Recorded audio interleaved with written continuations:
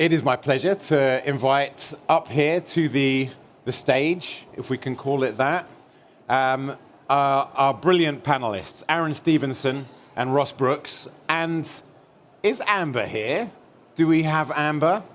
We don't. Well, if Amber shows up, you have a seat ready for you, Amber Nuttall. But in the meantime, Ross and Aaron, and you'll see, in fact, do I need to bring, is that yours as well? If you could. Yeah, okay. Right, okay, we've got props, team. We've got stuff. We've got kit. Where would you like it? Why don't you put it, I'll tell you what, why don't you put it there, because otherwise it's going to be behind. I'll put that there. And Ross, why don't you sit there, and I will sit here. So you may be wondering what all this stuff is. Do not despair, because we're gonna tell you all about it. But first off, Aaron Stevenson is a technologist and an entrepreneur, and co-founded and runs Ashored, which is an ocean tech company making all kinds of interesting stuff that is going to reduce human impact on ocean life. And Ross Brooks, who's next to me, is the general partner at Katapult Ocean. And Ross is involved in trying to figure out how do we get more resource, more support, more money to people that are innovating, people that are creating the solutions that are going to mean we can stop destroying our ocean. Right, Aaron, we've got to start with you. What have we got here? So what we have here is our solution to marine animal entanglements. So France has the second largest Make sure you keep the mic right up. coastal waters. I'm from Atlantic Canada. Canada has the largest coastal. So it's important that we are preserving and working ethically on those. And so what we've done is come up with this solution as a means of protecting marine animals, particularly North Atlantic right whale, which is an endangered species, from entanglements in lobster, in the ropes that are in the water for lobster and crab fisheries and other fixed gear fisheries as well. So what typically would happen, there'll be a pod on the bottom, a buoy on the top, gear in between, and it would damage the animals. That's right, yeah. And it creates this obstacle course. I mean, you got millions of these ropes out there for whales trying to navigate through that. It's a death trap. It's a death trap, absolutely. So what is this, how does that, this is one of many solutions so what does this do? So what this does is we take the ropes and the buoy that would normally be through the water column, contain it down on the ocean floor next to the traps, and tie off onto it so that we don't have any more impediments to marine life. They can swim freely. And we also reduce a lot of the issues that often lead to lost and abandoned or derelict fishing gear as well, such as storm damage, propeller cutting, things like that. Yep. And being able to track where all the gear is, know what pieces are connected together, also allows us to really change the game in the way of how we go about fishing and using it as a resource that can be better managed, better understood, but also really respects the ocean and the other marine species that are part of it. And at the heart of this is it should make financial sense for the fishers. Oh, absolutely, yeah. We don't, if we're asking fishermen to change the way that they're going to fish, change, their behaviors to a more sustainable approach, we don't want to then penalize them for doing that. So it has to be a solution that's going to, at the very least, not cost them a lot, but second or benefit, even better would be to take that next step where they actually are able to get paid in order to be able to fish in a more sustainable manner. So Ross, and I know you guys actually have you guys know each other, let's put it like that. But when you see innovations like this, what do you think? I think it's a no-brainer. Right. Yeah, the trick with gear is to make it usable and for it to make economic sense. It needs to be able to be kicked around the deck and last a long time in the water and out of the water. And I think that's one of the tricks in terms of adoption, especially in potentially high hardware industrial segments. We need to have durable technologies, and it needs to make economic sense very simply to get the adoption. So yeah, no, we've known Aaron for quite some time, and we have actually co-investors both in our fund, also in Aaron's company. So yeah, we love the work that they're doing. So obviously, other solutions are available. But what I want to know a bit more about, and what I think you can help us with, is understanding the financial models that sit behind the ability for all of us to start to invest in solutions like this. What's happening out there? Okay, that's a big question. Okay, so maybe some background on Katapult Ocean first of all. We're an investment company based in Oslo, Norway. We're investing from early stage to, I guess, the early growth stage in private companies who are creating a positive impact on the ocean and ocean ecosystems. We slice and dice the ocean into 4 key segments. So that's marine transportation, blue energy, food, and water. So clean water is also integrated into our strategy, and circular resources. I'm not sure I mentioned that one, but yeah, those are the 4. We have an accelerator program, so we really help to help the company to understand its impact, communicating impact. We help the company to plan their fundraising strategy forward for the next several years, and we try to connect companies with industry to the best of our extent. So the ocean industries, they're typically very top-heavy. You have kind of oligopolies, very high capex with shipping companies, ship owners, large aquaculture players, which are typically very hard for startups to sell to, and to integrate with it anyway. To be quite honest, so we are trying to be that strategic bridge, somewhat insulated from the industry, and understand industrial problems, and also kind of teaching as well industrials and how to engage with startups. And are you seeing a step change in the amount of finance that is potentially available to get to innovators? So the ocean space it's an interesting one, right? So 70% of the surface of the Earth, 99.9% of the livable space on the planet is in this 3-dimensional space in that 70%, and we focus all of our capital primarily on this 2-dimensional strip of land on that surface. The statistics now in terms of ocean venture funding. Ocean venture funding has increased 10x over the last 10 years. Wow. So we're on a massive positive trajectory in terms of more capital availability into this space. But it's still only 0.2% of total venture capital funding globally in 2023. That was the second best ever year for ocean venture financing, and it was the worst ever year for global venture financing last year. So we're at a tiny proportion. We need a huge industrial transition now in very powerful carbon-intensive segments. Industrial pathways to blue decarbonization can get us to 21% of the mitigation that we need for the Paris goal to be met by 2050. So 21% mitigation potential for the blue industrial pathways, 0.2%. So to answer your question, a very steep increase now in terms of capital coming in and people's awareness of ocean, but still very early. And we need way more engagement, I think is the word. So I want to talk in a moment a little bit about the kind of governance situation. Obviously, new agreements are in place, but before we get there, and also the role of data, are you seeing this on the ground? I mean, when you speak to your buddies who are fellow technologists trying to come up with new ideas, are people frustrated at the inability to get finance and support, or do you feel like the spigot has been turned on? The spigot might be turned, but it's very slow drip. Right.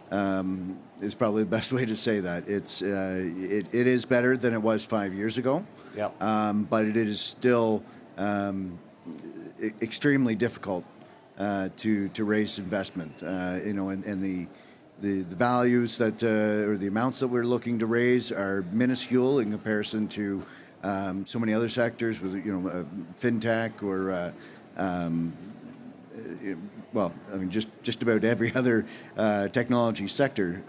It's nothing to go and raise 20, 30 million on a product, but to actually do something like this, where you've got so many moving parts with regulatory aspects of it, and marine, and just it's a far more complex project to understand, and therefore you need a far more educated investment community to understand what's going into it, and there's not a lot that have really stepped forward and said, I'm going to take on that challenge. Got it.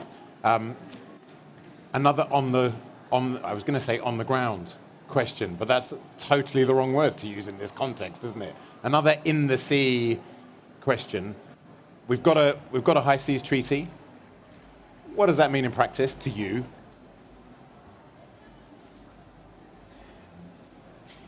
Not. Yeah. You can be as honest as you want. Circle of friends. Circle of truth. Yeah. It's a challenge. One of the things that our technology does, it's not just physically getting the lines and the buoys out of the way, physically protecting the whales, physically protecting the marine environments.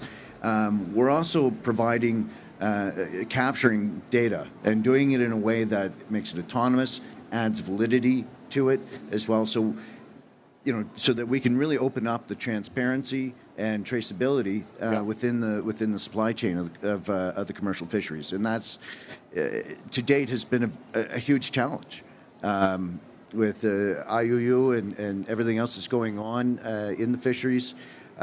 So to be able to have that, I think that's really going to be one of the biggest drivers that's going to carry the fisheries forward, is integrating or combining the financial transaction with the product transaction with a data transaction to ensure that the what you're getting is caught ethically, sustainably, and is properly documented. And Ross, I feel we're moving on to the data path here, but before we get that, in fact, maybe you can combine this. Maybe it's both things are relevant. Governance-wise, BBNJ, has it made any difference to your work? It was certainly exciting in the community when it was ratified last year. But for those who don't know, the BBNJ treaty is biodiversity beyond national jurisdiction. It was a UN treaty to essentially say that we need to not damage the ocean in the high seas. And the high seas is important because there is no regulatory governance framework to manage that resource. It's really a common asset with no protection whatsoever. You have, for example, exclusive economic zones, which can go a certain distance offshore, which are under sovereign or national jurisdiction. Everything outside those, it's pirate land. So the BBNJ, fantastic, exciting. There is still no way to enforce. And if you're a small island community, or if you're a coastal community in, for example, Africa, and you're trying to patrol and enforce in your nearshore or the high seas around your country, there is no way to actually do it. So you have a regulation, you have no teeth. And I think that's really what we need in order to get a change. And it's an open gate for rogue. Yeah. There's no enforcement, and data can go some way to, I guess, provide insight into the damage which has been done, and then to build a case towards enforcement. There are some exciting companies like Unseen Labs, which Swen invested in. It was announced, I think, 2 weeks ago. Satellite, it was €75 million round, so great for the ocean industries and ocean world. Using satellite data to look at unreported illegal fishing vessels and other damaging activities to actually provide a tool to engage them and create a disincentive. But again, who's going to enforce it, right? Yeah, if you exactly. find, hey, there's some bad guys. Yeah, I mean, okay, they're still there. And then you have Sea Shepherd, doing amazing work. But Sea Shepherd really shouldn't need to exist. It's a terrible state of affairs, really. This has been taken more seriously. Yeah. I wish we had Amber with us because we could talk a little bit about activism. Can we get it back? Yeah. Amber, go microphone. Well, to that point, I mean, I think there is a role for activism and enforcement within the financial transactions, within the markets itself. If you cannot sell a product unless you have the data that validates that product, eventually it's going to weed out a lot of that, and the market itself should be the enforcement tool or mechanism, I guess, for combating that. And data is clearly crucial to the work that you do, Ross. Absolutely. I think data, we haven't got so many kind of governance tech companies in our portfolio, and one of the reasons being we don't have the it's hard to build a new market with very long sales cycles without having the information around whatever you're protecting. Right. So Aaron's totally right. If you're able to kind of label a catch and regulate anything which isn't labeled, and that has to go into the black market, then you can change consumer behavior, and you have a pricing element which will fix some piece of this. But data is surely crucial for any kind of governance tech. The other piece on data, so we made our first kind of pure natural capital investment last year into a company called Coral Vita. They're a coral restoration company, and it's quite an unusual company for a venture investor to invest in. Right. This is because what's the payback? What's the payback, exactly? So you need to find kind of tangible revenue streams from an intangible value creator. Right. And to say that coral reefs are intangible value is also baffling because they represent the spawning area for 25% of life in the ocean. Yeah. And they're being destroyed at rates of knots, which is terrifying. So if we don't do something about coral reefs, then we're all in a bit of a pickle, to put it that way. So how do you create value? So spreadsheetable value. Spreadsheetable value. Then you need to. So it's a bit of a pyramid. So for example, with Coral Vita, so the tourism sector, there's money there, right? And people like to dive on corals. So it's a bit cynical, but it's true. So people will go and they'll dive. They'll pay a lot of money. They'll pay a lot of money, exactly. And then maybe next on that kind of pyramid is infrastructure. So coastal defense and infrastructure. That's kind of insurable and financeable some way. And finally, we're kind of banking really on the biodiversity credit market coming to the fore in the next 5-10 years.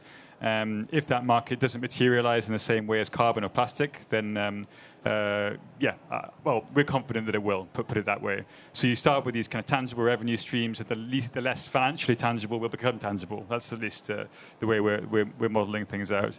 And if we don't invest in this kind of backup technology, because coral is faced with systemic threats, we need to be kind of covering a lot of different bases to make sure we don't lose these natural capital assets. You mentioned corals.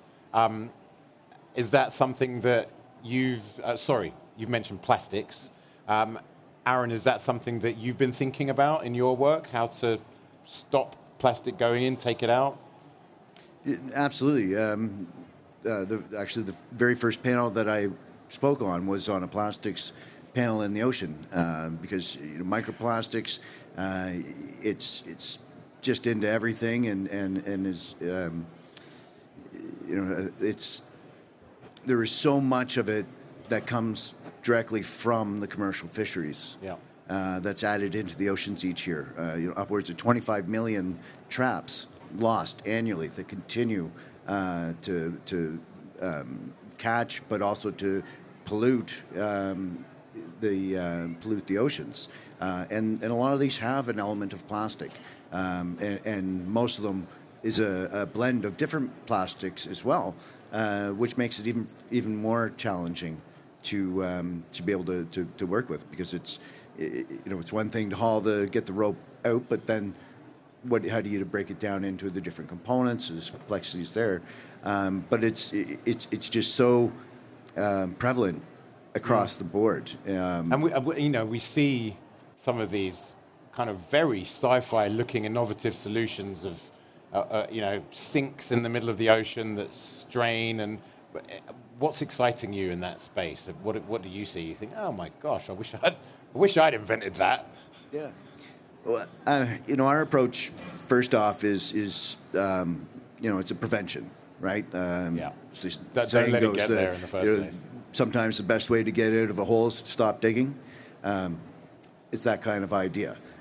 So looking at it, what other materials can we use beyond plastics to accomplish that job? And so we look at that. Then it's, beyond that, then you start looking at, well, what are the, you start looking at is systems thinking. And so what are the other pieces that this would interact with or engage with? And I think Coral Vita, if I'm not mistaken, they also have a play with reinsurers as a protective, because it provides protection around resorts and stuff that would be otherwise exposed to higher risks, right? So being able to look at reinsurers, look at these other markets, and look at where is the pollution coming from? What can we do to prevent it? How do you remedy it? But then it's,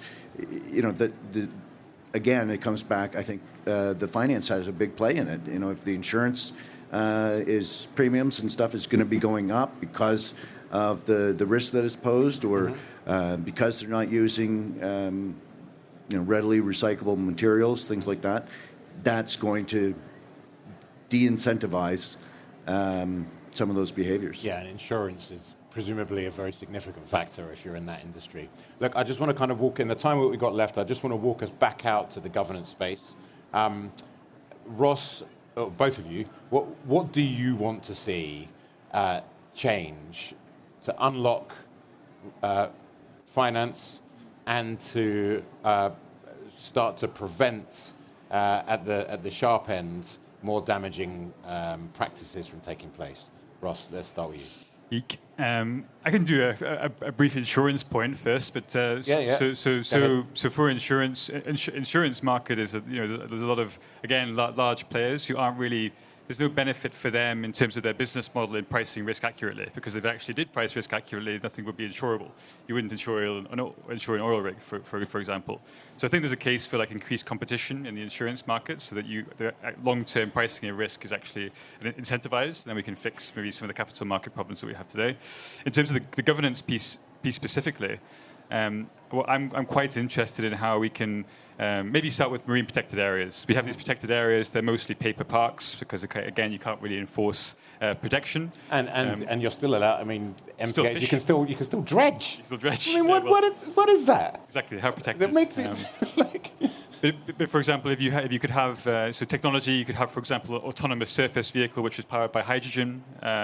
You could have incentivized fishing communities with an incentive structure around the conservation and the reporting, and maybe even some level of enforcement towards an MPA, i.e. you're an artisanal fisher and you see some activities happening. If you were to report that, you might be incentivized as part of a community scheme. Maybe there's some Web3 application there where you have a DAO or some kind of payout to these communities who are engaging in this work, supplementing and lowering the cost of the surveillance.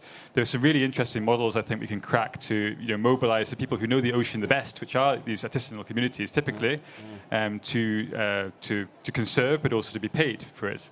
And I think just starting there, there's some quite simple models that exist that we can Which apply. may also take out some of the conflict, because fishing communities are not often very, resources are tight. People are not very well off a lot of the time. So Yeah, exactly. Thank you. you don't want to pit people against each other, which is sometimes what happens. Aaron, you've almost got the last word. It depends how you do with your 2 minutes. Okay. So I'm going to pick up on that last point with the artisanal fisheries, that sort of thing as well. If we can provide data validation that a catch was caught, it was a hand line or something like that, have the data that supports then you have a product that has a higher retail value on it as well. Something caught hand lining and then sold at a restaurant in New York. Yeah. This was caught by X on this date from this place. Yeah. People will pay for that. Exactly. And then, so there's definitely a big opportunity there. And then I guess to quickly, what are we looking for? What do we need to advance this? We've worked very closely with the Canadian government, the U.S. government, over the last 5 years in developing this. When we started out, we were tackling a product that, a problem that nobody would admit was there for a product that nobody wanted to buy and was illegal. So it's a challenge to raise investment. But we also had to work hand in hand with the regulatory bodies to advance it forward as the technology and the frameworks.